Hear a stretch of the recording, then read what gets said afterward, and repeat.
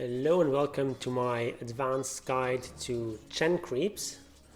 What I'm going to do in this guide is to walk you through all of the neutral creeps, at least the non-ancient ones, and talk about how they can be used and which creeps you should use when playing as Chen.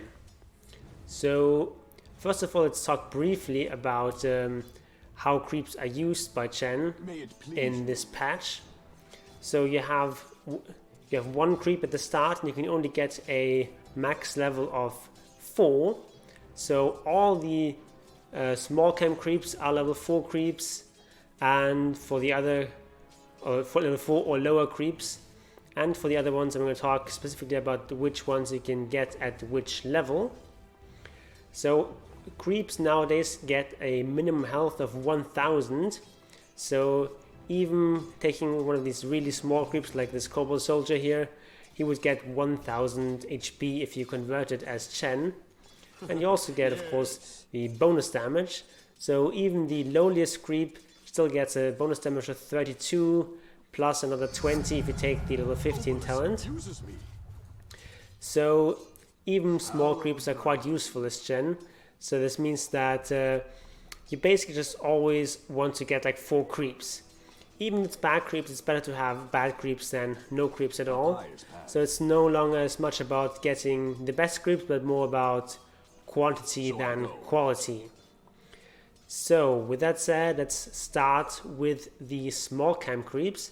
These are all the small camp creeps in the game. Let's go through them. So the first one is the Ghoul Assassin. There's 3 of these in one camp, and these are pretty bad.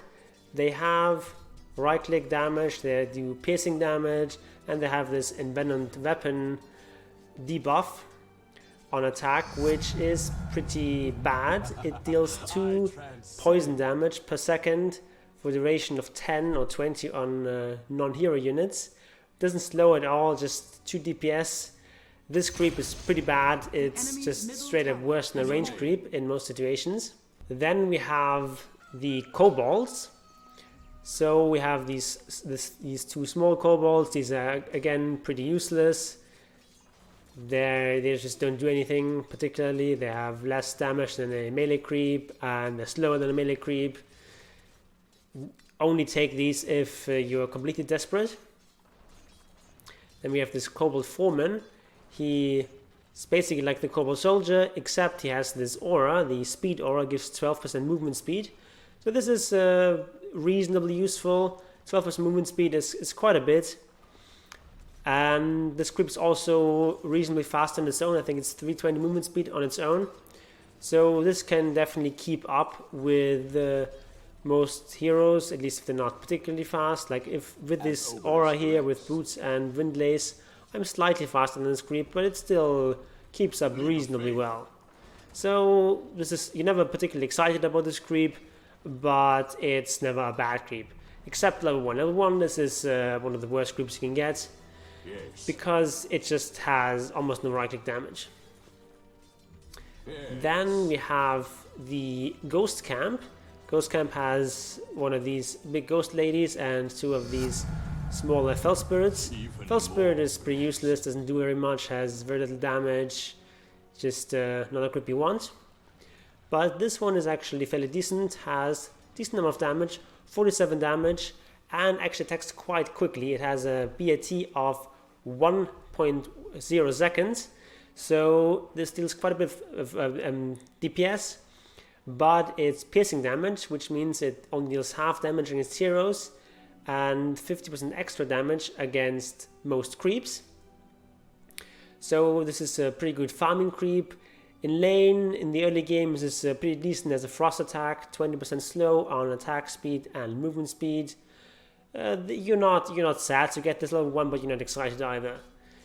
You can just do some right click harass with this creep together with Chen's normal attack.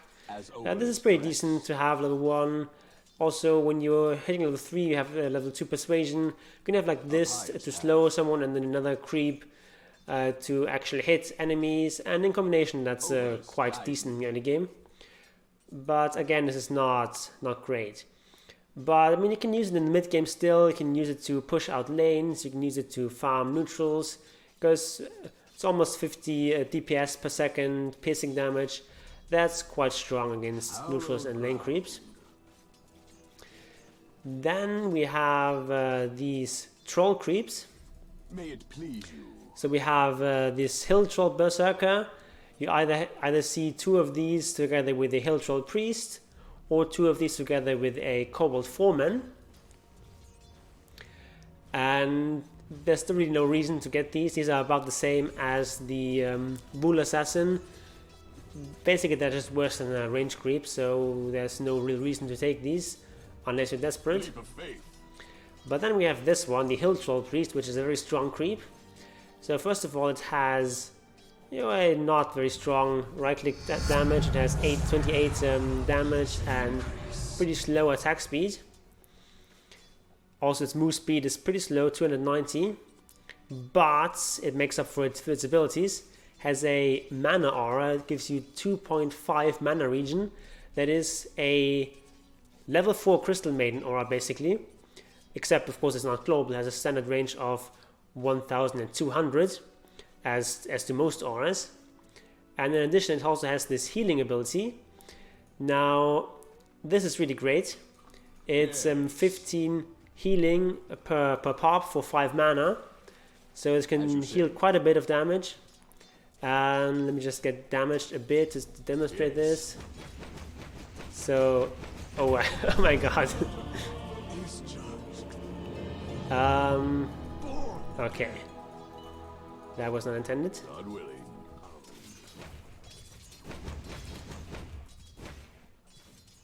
Okay, I'm slightly damaged now. So you can heal, you can just click this once and then we'll just keep healing. And it will follow you around and just heal you. It's pretty useful. You can also turn this into an auto cast, but this is a bit problematic because then it just stops moving once it starts healing. So you have to sort of spam click this if it's an auto cast. So generally leave this off auto cast and just cast it manually. It will heal up to full. So this creep is pretty useful in lane. Basically it never runs out of mana because it has 1 mana regen per default and then 2.5 mana regen from this aura. So it regens 3.5 mana per second. Never runs out of mana basically unless it gets mana burned. So this creep just offers you infinite sustain in lane, and it's one of the best creeps you can get level 1. And then finally we have this harpy camp, 2 harpy scouts, which are again just like slightly worse than the range creep. And then we have the big one, the harpy stonecrafter. This is the best creep to get level 1. What this does is it has a chain lightning ability. Chain lightning deals 140 damage on a 4-second cooldown, and it also jumps to nearby targets, dealing 25% reduced damage for each bounce. So this creep is pretty great. It has enough mana to cast us like 9 or 10 times, and then once it runs out of mana, usually you just send this back to base because it's such a valuable creep. You want to keep this alive and just bring it back for a second round of nuking. With this, you can just basically auto-win almost any lane. One thing to mention is that Chain Lightning bounces randomly to the next target. So if you want to hit both enemy heroes, basically there's no way of ensuring that as long as they're standing next to a creep wave. Just target one of them and just hope it jumps to the second hero right away, or at least reasonably quickly. It hits 4 targets total, and as I said, 25% damage loss for each jump. So this is the best script to get in the early game, but what a lot of people don't realize is that this creep is also quite useful in the mid and late game. So first of all, I mean, this nuke, it's of course best in the early game, but it's still not bad. Later on in the game, you can use this for pushing out lanes. You can use this to speed up your farming. You can just even use this in a team fight, add a little bit of magic damage to that team fight. And what a lot of people don't know is that this Harpy Stormcrafter, as well as this regular Harpy Scout, have 1,800 vision day and night. This is, they have the same vision as a Slark, full night and day vision. So this makes this creep really valuable at night time. There's a talent in this game for Slark that gives him plus 1,000 night vision, bringing his vision up to this 1,800. And that's a level 20 talent, not a bad talent either. So you're basically getting the equivalent of a level 20 talent by picking up one of these harpy creeps. So these are quite valuable creeps, especially the Stormcrafter, available throughout the entire game, but especially in the early game. Alright, let's move on to the medium camps. Clear out these creeps really fast. So first of all, we have, keep the creep alive, we have the Centaur camp. The medium Centaur camp has one Centaur Courser and one Centaur Conqueror. The Centaur Courser is the Cloak Aura creep. This is an aura that gives you 10% magic resistance on heroes and 20% magic resist on non-hero units. So these creeps are quite useful in the mid and late game. You're never particularly excited to find these, but they're like always decent. And 10% magic resist is not a lot, but it's something, and this aura in fact stacks with itself. So this is why at TI currently you're seeing a lot of people on Chen running around with like 3 or 4 of these creeps. You can pick these up from medium camp as well as from the large Centaur camp. So these are quite useful in the mid and late game, but not useful in the early game. In terms of their stats, they're nothing to write home about. 19 damage, and but they move reasonably quickly, so these are pretty useful. And then we have the Centaur Conqueror. It's one of the big creeps. This is level 5 creep, so you need level 2 in Holy Persuasion to be able to pick this up.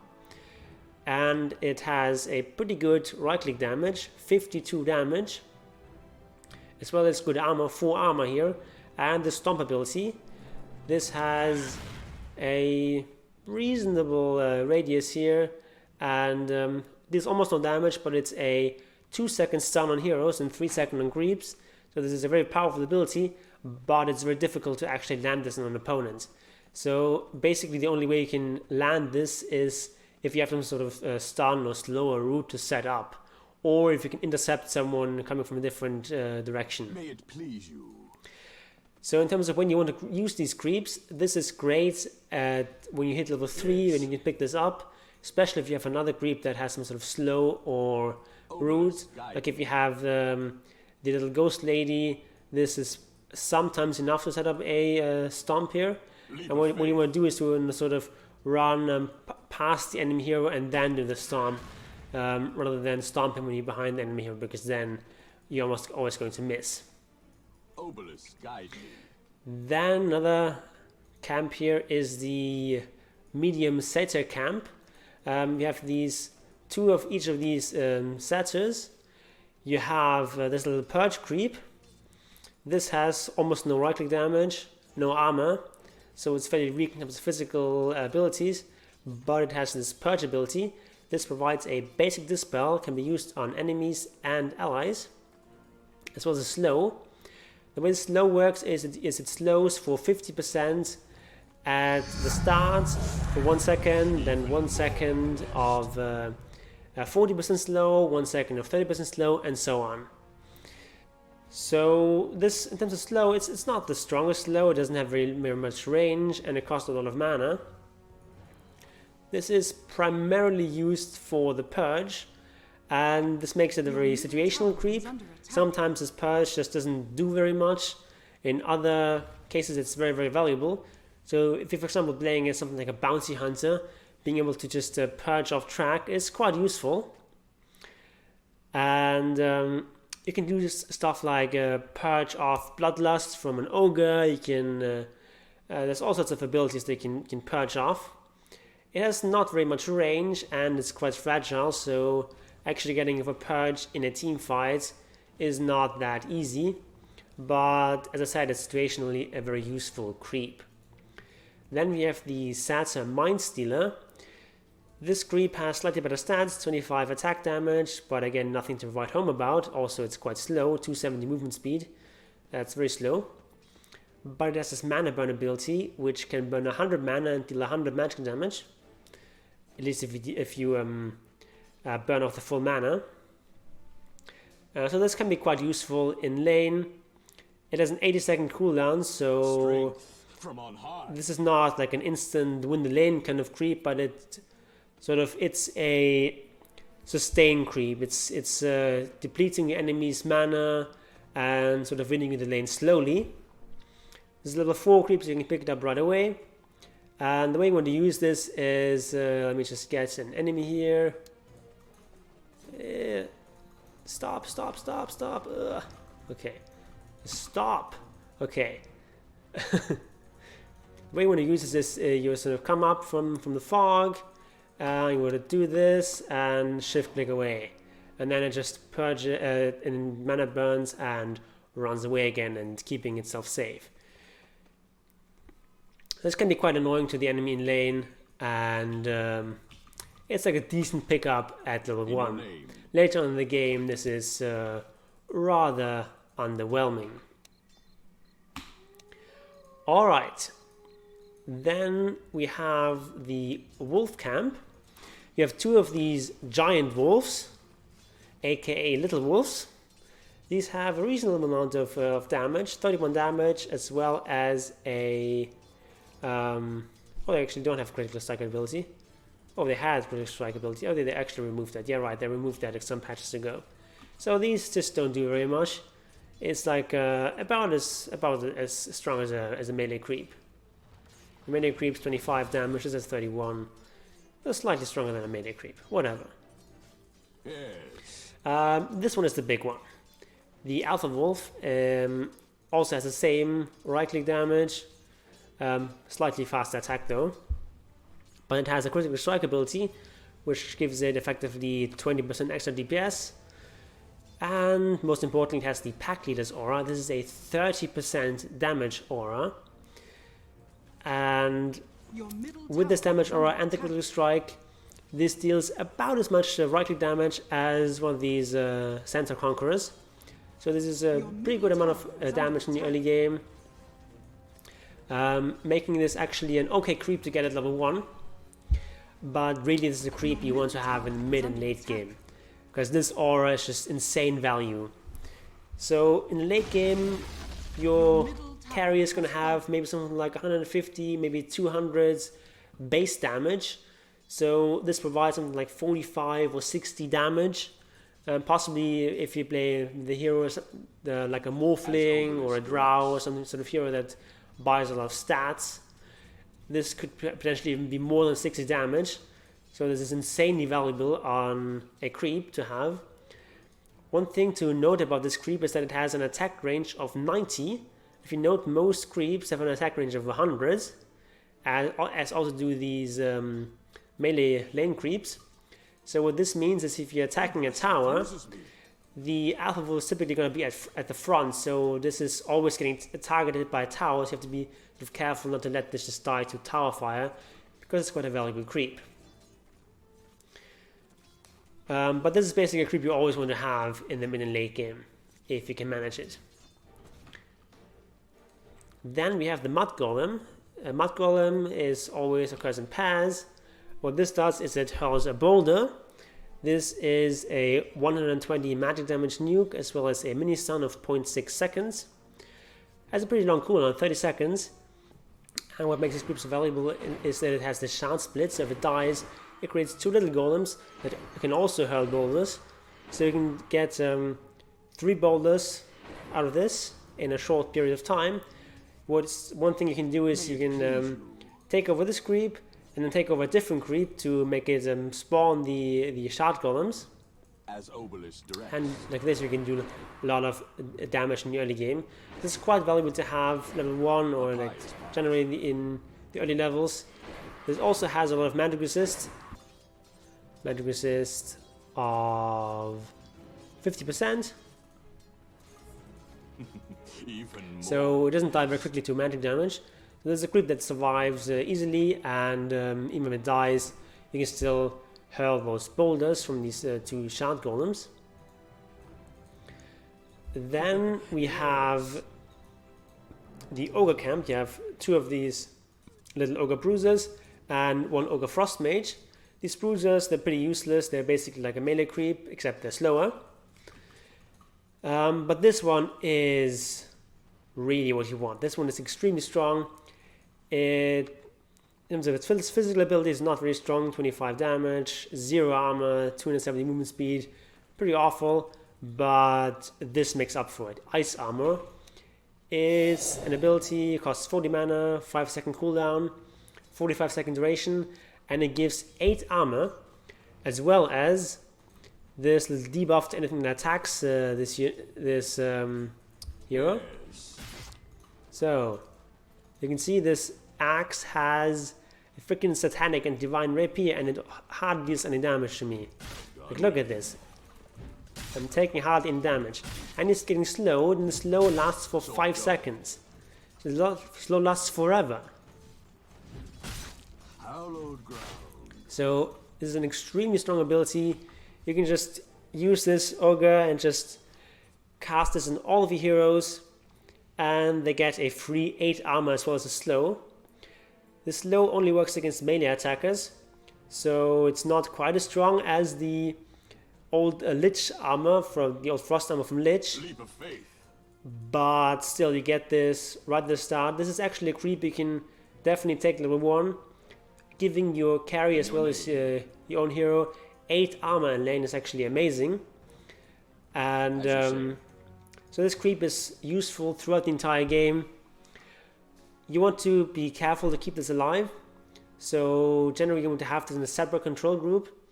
Oftentimes what you want to do is just have this go from hero to hero and cast the frost armor.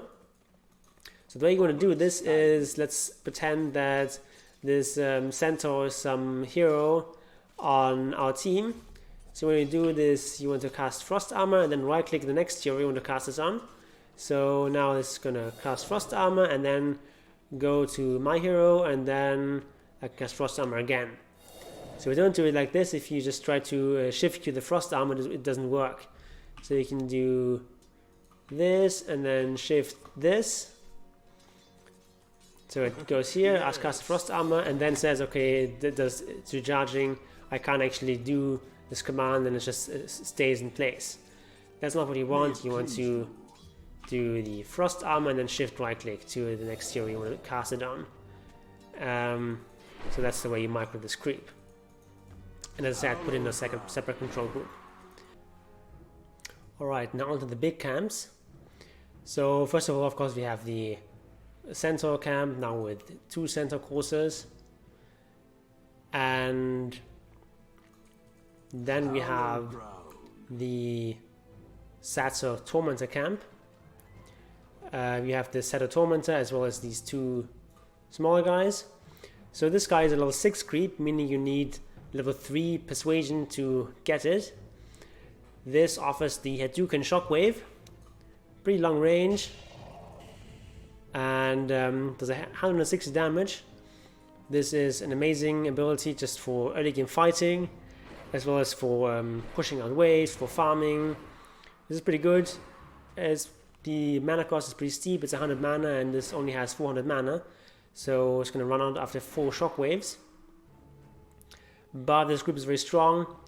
It offers pretty good fighting stats, although it has no armor, so it's somewhat squishy. But to make up for this, it has the Unholy Aura. This is a 5 health regen aura. This is amazing if you can get it early on. Problem is you need to be level 5 to get this. So by the time you're actually level 5, this becomes a lot less valuable than if you could have this right away. So this is a very great creep to get as an Ench or as a Doom.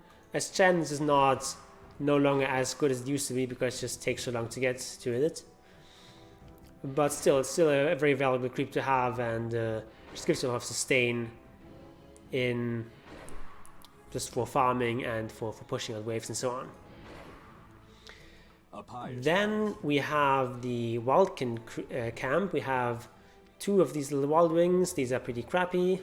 They have 2 armor, but the damage is very lackluster. They're not very useful. Then you have the Wildwing Ripper. This one has amazing stats. It has the best right-click damage out of all creeps, at least non-ancient creeps.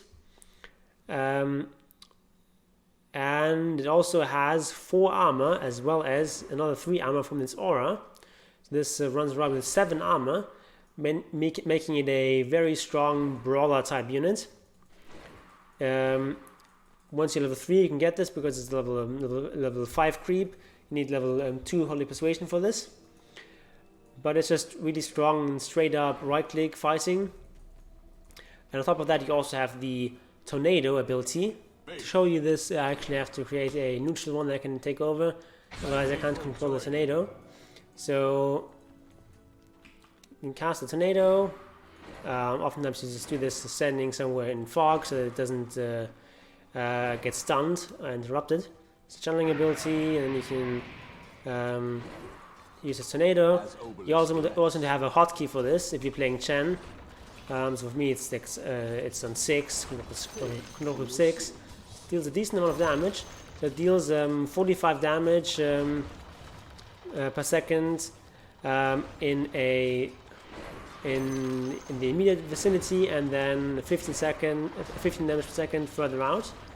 It deals a lot of damage. So you can see here the 11 damage per take is the closer ones, and then the farther ones away you get 3 damage per second.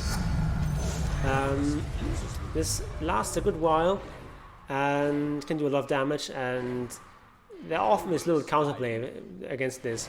So of course enemies can stun this Tornado or something, stun this Wildwing Ripper, but then they're using one of their valuable spells just to remove one of the spells from your creep, and that's oftentimes not worth it. Hallowed ground. And like even if they do it, you're still getting a good exchange, basically is what I'm saying. This is a pretty strong creep. It's not like the most aggressive creep, you're not getting kills with this probably, but it's good just for staying in lane, and I mean 3 armor is always a useful aura to have. So this is useful in all stages of the game, but it's never like the best creep to have, but it's always quite strong. So I go. Then we have this Hellbear camp. You have the Hellbear Smasher and the Hellbear, also known as Tomato and Potato. So the Potato is basically the grown-up version of the Centaur Courser. Has the same aura, same cloak aura, also stacks with itself, and it just has better combat stats. It's 41 damage versus 19, and 3 armor versus 1 armor. Same movement speed. So this is just all around stronger creep. Same amount of basic attack time, but it's just a stronger version of the Centaur Courser.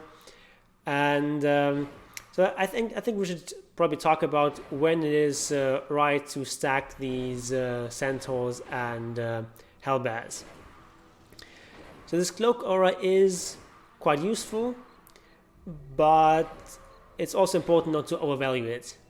So you might have seen at CI people running around with like 3 or 4 of these creeps, and you might think, oh, like this is the late game build to go as Chen or something, but no, it's really not. It's just a matter of convenience. As I mentioned at the start, quantity is more important than quality with Chen. You just want to have like 4 marginal useful creeps, and you just don't have the luxury always to get the best creeps. You just need to get creeps that are available. And there's a lot of these Centaurs especially available on the map.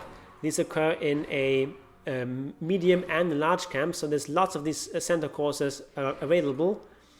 And of course also these have less bounty than the big Centaur.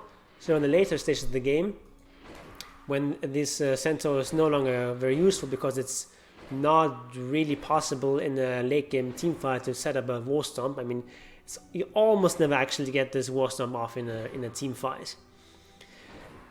So you want to have the smaller one.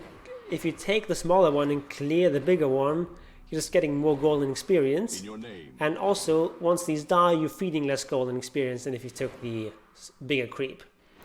A similar sort of story with the tomato and potato.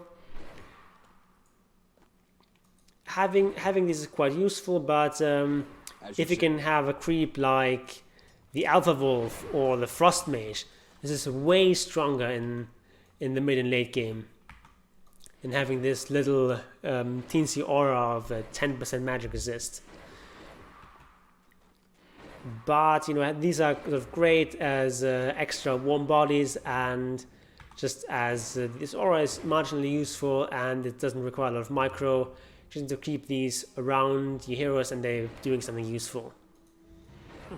Yes.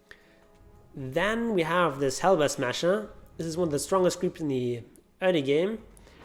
It has this Thunderclap, which deals 150 magic damage, and also provides a slow. So this is just a good brawler type unit. You just right click this on an enemy and you clap them, and just all around good in the early game. Also has this Swiftness aura, 15% attack speed. This is alright, of course not as good as the Alpha Wolf aura, but of course in the early game the Smasher is stronger than the Alpha Wolf. Later on, of course, Alpha Wolf is king. In the late game, whether you want to have this one or this one is sort of situational. This was better for split pushing, for pushing out waves, for farming, and this one is more useful in team fights. This aura is also of course useful in team fights, but it's just 15%, it's not that big. Obelis, guide me. So yeah, it's situational which one you want. And then we have the final camp. This is the Dark Troll camp. You also have these Hill Trolls. These are just worse versions of range creeps. And then you have this Dark Troll Summoner, which has this ensnare ability. It's a root for 1.75 seconds. This does not interrupt TPs anymore. Also doesn't pierce BKB anymore. So this is no longer as strong as it used to be. But still, this creep is quite useful. It is, however, a level 6 creep, so you need a level 3 persuasion to be able to take this over. But, I mean, this is really great in combination with like a Hellbear Smasher or a Centaur Conqueror. You can just net someone as a setup for a Stomp or a Clap. So, quite a useful creep. And then you also have these Raised Dead Skeletons. The Skeletons are actually quite strong, but they're very fragile. So the Skeletons have 24 damage and a 1.0 second base attack time. So these two Skeletons deal 50 DPS.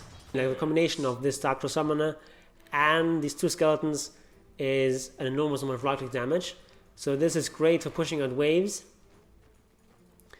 as well as just providing some control in team fights. So this doesn't move very quickly, 300 movement speed, and this range is not great, so it's not very easy to land these in team fights. Also, this is quite fragile, only 1 armor. So in big team fights, this is often just going to die. So be a bit careful with using that. But it's definitely a strong split pushing unit, as well as just tower pushing unit. Just keep the Skeletons alive because they're quite fragile. Alright, this has been all the creeps. I'm not going to go through the ancient creeps, because for that you would need Aghanims, and Aghanims is just no longer a good item on Chen. So you're almost never going to have the Aghanims. Basically, you're only going to have it if you get like the artificial Aghanims from an alchemist or from Roshan. But for this, Chen is usually going to be like one of the lowest priority heroes to give that to. So this is not really something that's going to come into play very often. Instead, I'm going to talk about the regular ranged and melee creeps. So this ranged creeps, they actually deal a decent amount of damage. They deal piercing damage, so they're great against other lane creeps. So a move you can do is just you can just take over a ranged creep in a wave and just have it push down the lane. And this is a great way of inexpensive split push. You're only investing this one range creep, which doesn't give all that much bounty. And you're also, of course, removing one range creep from the wave. So this is a sort of low investment way of pushing out a wave. And the melee creeps, they're actually quite useful to take over when you're pushing high ground or pushing a tower in general. You can just take over one of these creeps and just have them tank some tower hits, because these get 1000 HP and they also get 2 armor, so they can actually take quite a number of tower hits and just help out your push a little bit and keep your more valuable creeps alive and in good health. So finally, what are the best creeps? Well, first of all, of course you have to take into account that you just want to have 4 creeps. Quantity is more important than quality with Chen. But if you have a choice, the best creeps for early game, number 1 is Harpy Stormcrafter, number 2 is the Hill Troll Priest, number 3 is our friend the Mud Golem, number 4 is the Ogre Frost Mage, and number 5 probably like the Ghost, as far as like creeps you can take over from number 1. So then let's say you're level, let's say 6 or 7, you have like 3 or 4 points in Holy Persuasion. What creeps are best now? Well, at this stage of the game it's really more situational. It's not really possible to provide like a definite list of what are the best creeps. So this one is still very strong, this one is still very strong, this one sort of loses effectiveness at this stage of the game. This one is actually quite good at this stage of the game because extra movement speed in your creeps is quite valuable. As well, of course, extra movement speed in your hero and other allied heroes. This is actually an excellent addition as like a 3rd or 4th creep. Any of these large creeps are quite strong. They all have useful abilities. This depends on the situation. It's always quite strong in this phase of the game to have like a Dark Troll Summoner together with a Centaur Conqueror. On their own, each of these is not that strong, but together they complement each other perfectly.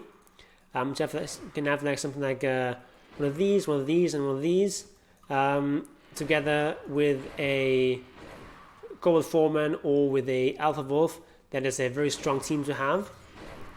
But it's mostly just a matter of playing the cards you're dealt. Just take whatever large creepers you can get, basically. They're all quite useful. Then when it gets to like 20 or 30 minutes, from then on onwards, the Centaur Conquerors are no longer very useful. This one also loses some of its effectiveness, but it doesn't pierce BKB, and it just dies very quickly. At this stage it's mostly like a split push unit. This one is still useful. The tornadoes can be useful for pushes.